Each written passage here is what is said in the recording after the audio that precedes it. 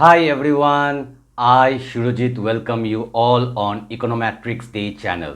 आज हम लोग सीखने वाले हैं क्लास 7 का mathematics.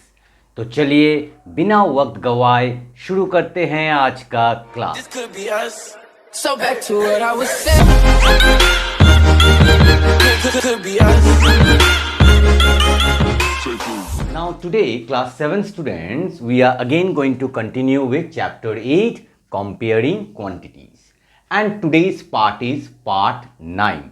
Those who have not watched the previous parts, that is from part 1 to part 8, I have shared the link at the end of the video, so do watch those parts, or you can check it out in the playlist and watch those parts, and then you see this one. Then what will happen, the concept will be clear, and when the concept is clear, then to solve the sums it becomes more easier. Okay, now today we are going to understand one new concept, that is profit and loss. Till our previous part we did exercise 8.4. Now we will start 8.5, but before starting 8.5 we need to understand the concept of what? Profit and loss. Now here profit and loss, when we will try to understand what is profit, what is loss, before that we need to understand some few terms. First one is CP. What? CP.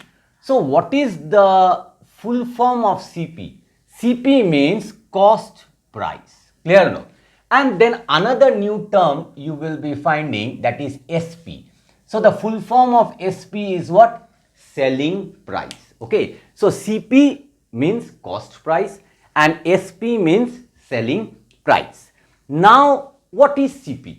If you want to know the definition, the price at which an article is purchased by the shopkeeper is called its cost price, or we say CP. And here selling price is what? The price at which an article is sold by the shopkeeper is called its selling price, SP. मतलब CP का full form क्या है? Cost price है। SP का full form क्या है? Selling price है।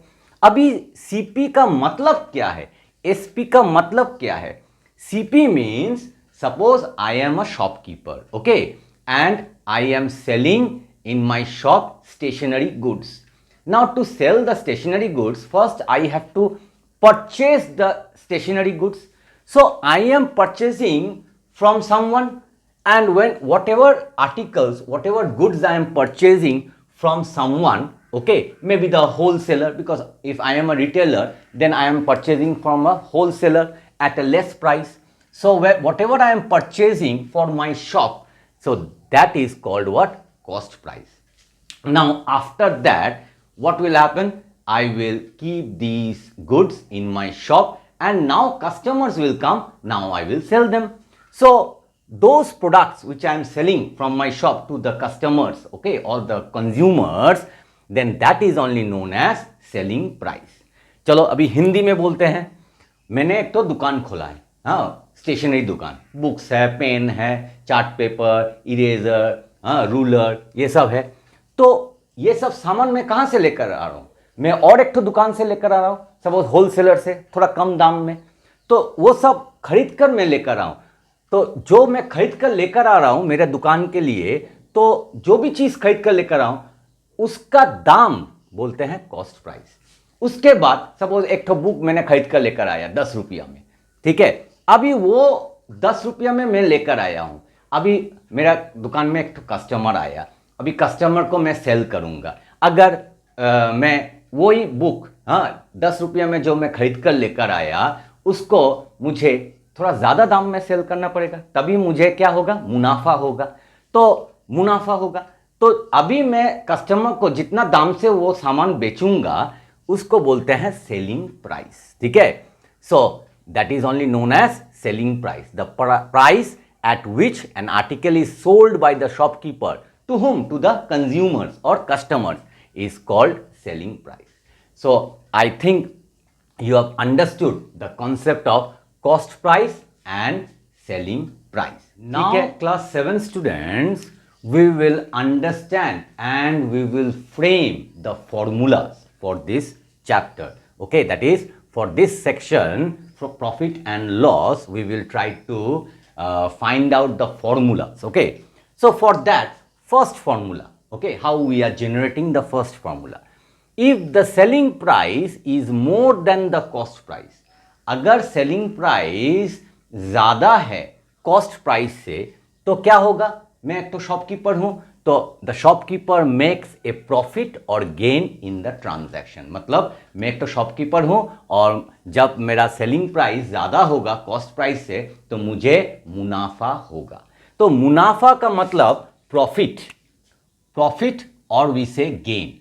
तो गेन और प्रॉफिट का फॉर्मूला क्या हो गया? Selling price minus cost price. क्यों selling price minus cost price? क्योंकि सेलिंग बिग माइनस स्मॉल. तो सेलिंग प्राइस बिग है मतलब ज्यादा है, कॉस्ट प्राइस छोटा है. तो selling price minus cost price, what we get? Profit. ठीक है, selling price minus cost price में क्या होगा? मेरा मुनाफा का फॉर्मूला आ गया. और मुनाफा का फॉर्मूला क्या है? प्रॉफिट और वी कैन से गेन. ठीक है, अभी एक तो एग्जाम्पल देते हैं. सपोज एग्जाम्पल, ठीक है, मैं बोला मैं स्टेशनरी दुकान खोला हूं, तो मैं उधर में एक तो copy, okay, one notebook, notebook, ठीक है, तो नोटबुक मैं सेल करूंगा. ठीक है, अभी ये नोटबुक क्या है? ये नोटबुक मैं दुकान से खरीद कर लेकर आऊंगा.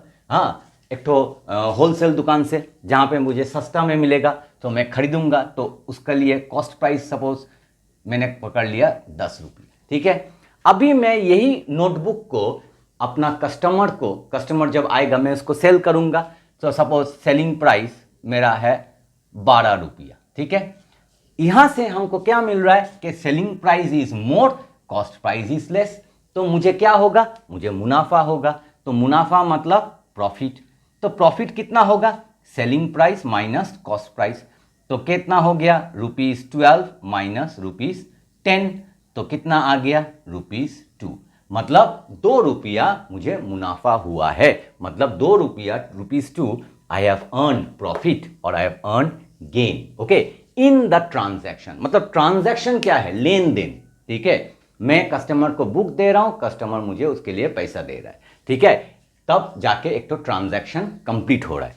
तो यही है, सेलिंग प्राइस ज्यादा, कॉस्ट प्राइस कम, तभी हमको मुनाफा और प्रॉफिट होगा.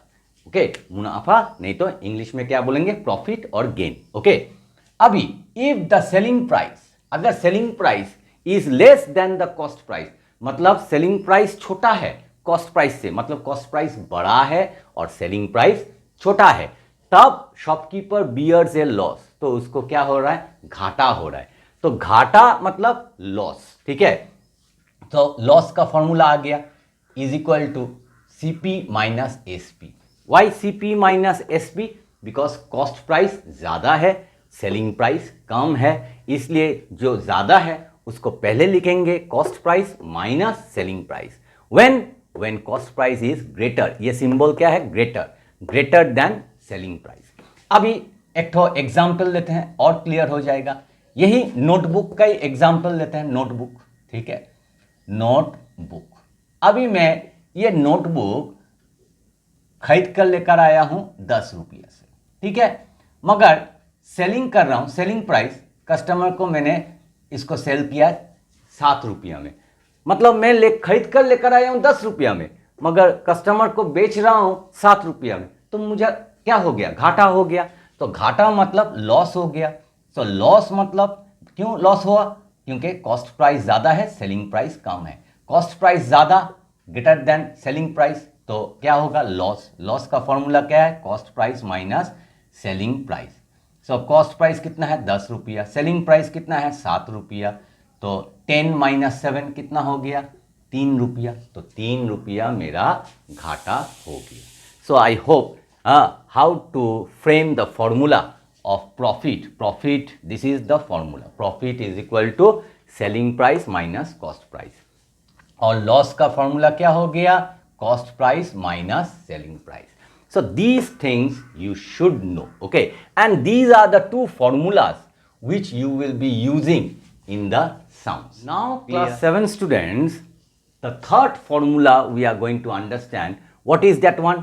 एक तो हो गया क्या कि सेलिंग प्राइस ज़्यादा है और कॉस्ट प्राइस कम है तब प्रॉफिट होता है, और एक तो क्या हो गया सेकेंड वाला, कॉस्ट प्राइस ज़्यादा है सेलिंग प्राइस कम है तो हम लोग को लॉस हुआ। And the third one is if the selling price and cost price are the same, जो सेलिंग प्राइस वही है कॉस्ट प्राइस, ओके, तब क्या होता है, देन देयर इज नाइदर, तब प्रॉफिट भी नहीं होता लॉस भी नहीं होता, ठीक है। So in this case the formula is what, cost price is equal to selling price, both are same, that's why equal, and when it is equal it is called no profit no loss. Suppose example दे रहा हूं, example वही notebook, simple example, तुम कुछ भी example देकर समझ सकते हो, ठीक है। नोटबुक का कॉस्ट प्राइस मैंने पकड़ लिया 10 रुपया और सेलिंग प्राइस भी मैंने पकड़ लिया 10 रुपया। अभी देखो क्या हो रहा है, therefore cost price equal to selling price and that is how much, 10 rupees only. So cost price and selling price same है, तो इधर में क्या हुआ, hence there is no profit और लॉस, यहां पे कुछ प्रॉफिट भी नहीं है लॉस भी नहीं है। इसको और एक तो अच्छा तरीका से हम लोग समझ सकते हैं, जब सेलिंग प्राइस और कॉस्ट प्राइस को सब्ट्रैक्ट करेंगे तो तब क्या होगा, zero. If it is zero then also it means no profit और लॉस, और cost price minus selling price भी कर सकते हैं, उधर में भी जीरो आने से, मतलब जीरो मतलब ही इट इज नो प्रॉफिट और लॉस। कैसे, सपोज ये वाला, ठीक है, ये वाला क्या होगा, सेलिंग प्राइस 10 रुपया है, कॉस्ट प्राइस भी 10 रुपया है, 10 माइनस 10 क्या हो गया, जीरो। और इसको अगर लेंगे, कॉस्ट प्राइस क्या है 10, सेलिंग प्राइस भी 10, तो कितना हो गया, जीरो। मतलब जब सेलिंग प्राइस और कॉस्ट प्राइस सब्ट्रैक्ट करेंगे, अगर जीरो आया तो उसका मतलब क्या है, नो प्रॉफिट और loss. Now, clear? Class 7 students, we will understand another concept, that is overhead charges. So, what is this overhead charges? This overhead charges, we say overhead expenses also. Overhead charges and overhead expenses, both are same only. So, what is this overhead expenses? Overhead charges include the additional expenses that a seller makes on the commodity before selling it. मतलब what we say, one person is there or the shopkeeper is there, and that shopkeeper purchases a product from the market, brings a product. Now he purchases, suppose, a notebook for ₹10.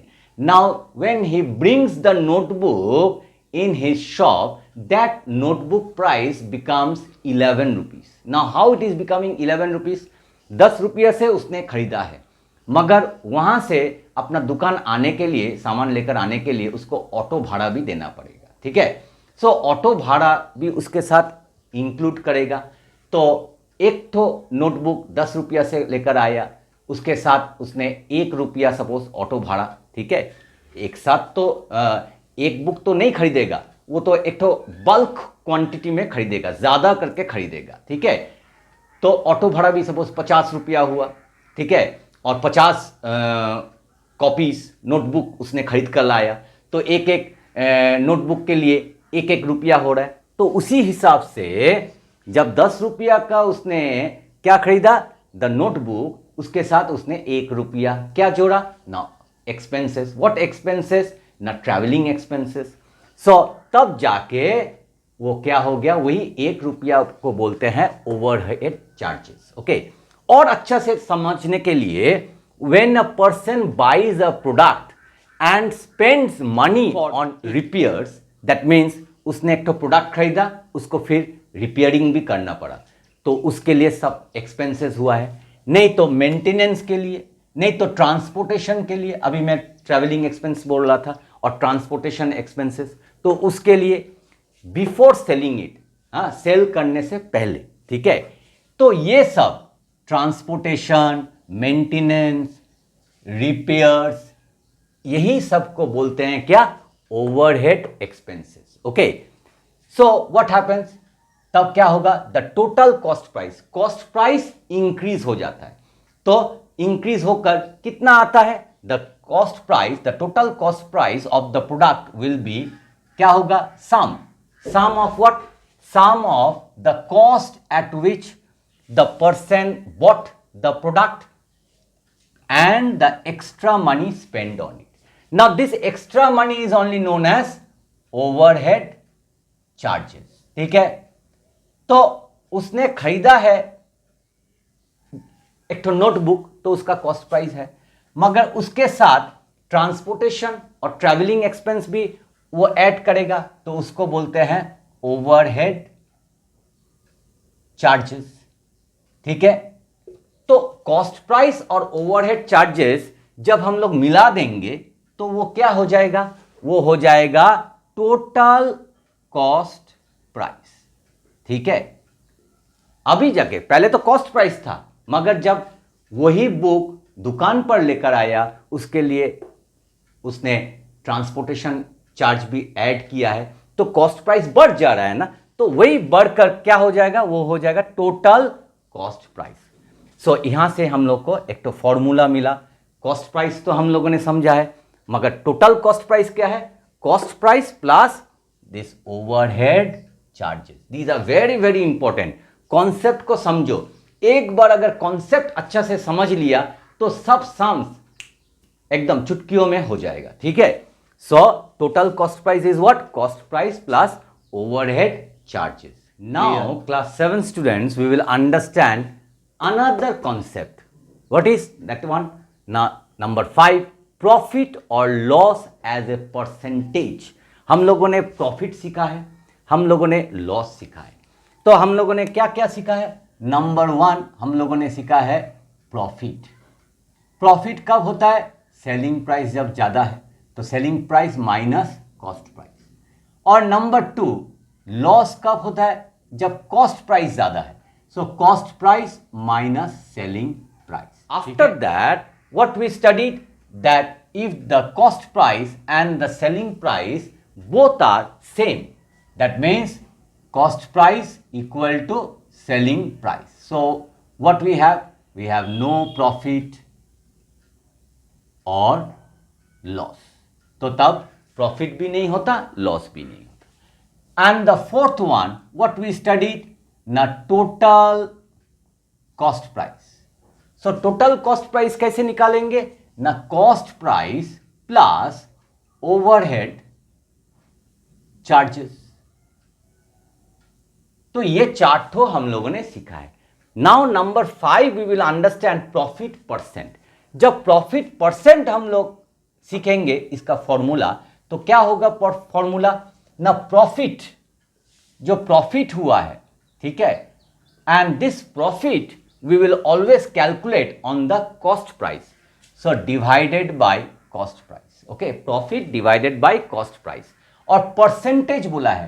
Already I have taught you percentage means out of 100. So into 100%. तो ये आ गया हम लोग का formula. ठीक है, profit percentage. Now we will understand the next one, loss percentage. So loss percentage का formula क्या है? लॉस परसेंटेज बहुत इजी है, तो उसके लिए लॉस लेकर आना पड़ेगा. Out of what? Out of the cost price. Okay, always profit is found on based on the cost price. Loss is also found based on the cost price into 100%, because percentage we are finding out. So this is the formula of loss percent and this is the formula of profit percent. So ये दो ठो formula यहां से आ रहा है. कैसे आ रहा है? अभी अभी मैंने तुम लोग को समझा दिया है. तो ये हो गया फॉर्मूला नंबर 5. क्या है?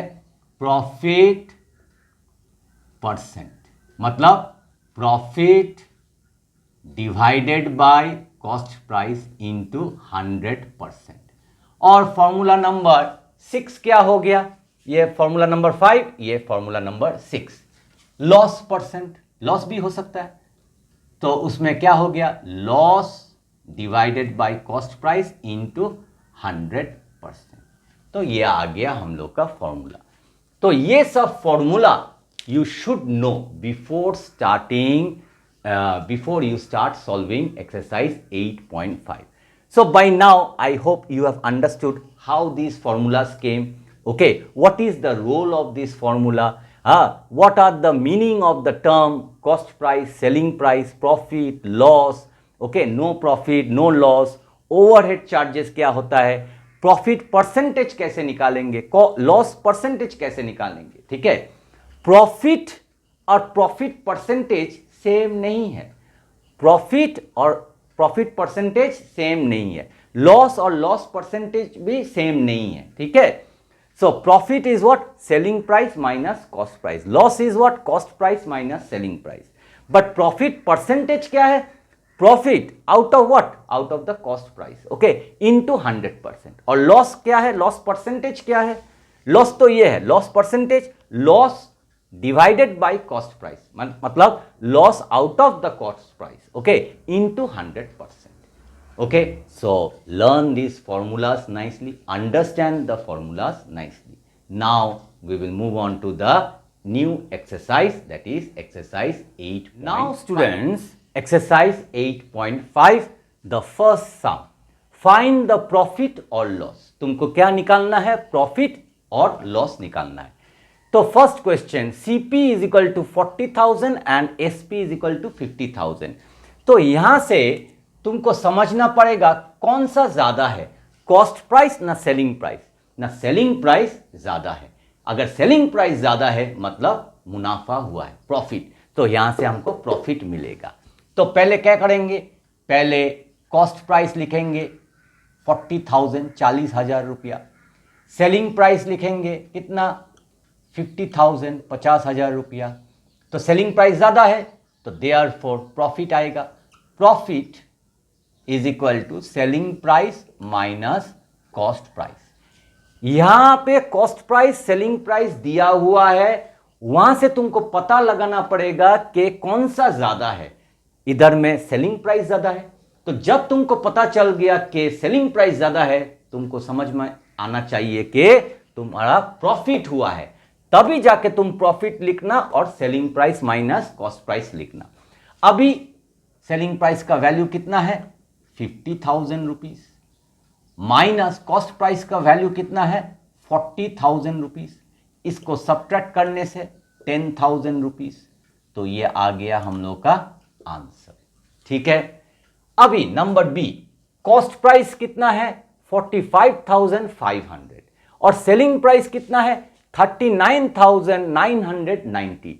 यहां से पता करो कि कौन सा ज्यादा है, ऑब्वियसली कॉस्ट प्राइस। अगर कॉस्ट प्राइस ज्यादा है तो तुमको क्या हो रहा है, प्रॉफिट ना लॉस, लॉस हो रहा है मतलब घाटा, तो वहां से तुमको लॉस का फॉर्मूला लिखना है। चलो इधर में एक तो लाइन खींच देते हैं, ठीक है, ताकि ये वाला पार्ट क्या है, फॉर्मूला है। तो आंसर लिखेंगे, तो कॉस्ट प्राइस इक्वल टू ₹45,500 और selling price is equal to ₹39,990, ठीक है। तो यहां पे कॉस्ट प्राइस ज्यादा है मतलब लॉस हुआ है, तो लॉस लिखेंगे और उसका फॉर्मूला क्या है, cost price minus selling price. सो कॉस्ट प्राइस कितना है, ₹45,500 माइनस सेलिंग प्राइस कितना है, ₹39,990। तो कितना हो गया, अगर डायरेक्ट कर सकते हो ठीक है, अगर नहीं तो तुम रफ करो, 45,500, 39,990, ठीक है। सब्ट्रैक्ट 0 माइनस 0 0, यहां पे सब्ट्रैक्ट नहीं कर सकते, बोरो करो 4, इधर में 10 हो गया, 10 माइनस 9 1। अभी 4 माइनस 9 नहीं कर सकते, फिर से बोरो करो, ये 4 हो गया, ये 14 हो गया, 14 माइनस 9 5। अभी 4 और 9 सब्ट्रैक्ट नहीं कर सकते क्योंकि 4 छोटा है, फिर से बोरो करो तो 14 हो गया, तो कितना आ गया 5। सो 3 माइनस 3 इज 0 ओनली, सो 5,510 और ये आ गया हम लोग का आंसर, ठीक है।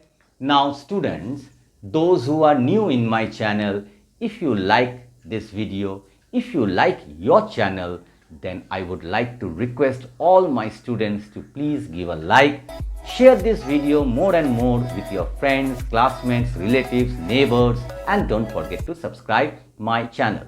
When you subscribe, it really motivates me to make more such interesting videos for you all. And also don't forget to press the all notification bell, ting ting, so that whenever I upload such videos, you are going to get the notification. So I hope students you have understood the first sum, that is the profit and loss, how to find out A and B, as well as you have understood the concepts which I have taught you. Okay, so practice this sum, one sum I have taught you, and understand and learn, okay, these formulas, because these formulas are not only for class 7, class 8 also, 9 also, 10 also, you need the same formulas, and along with that there will be more formulas will be coming. Okay, so learn these formulas nicely. अगर video पसंद आए तो video को like, share और subscribe करना मत भूलिएगा। मिलते हैं और एक अच्छे नए कंटेंट के साथ, तब तक के लिए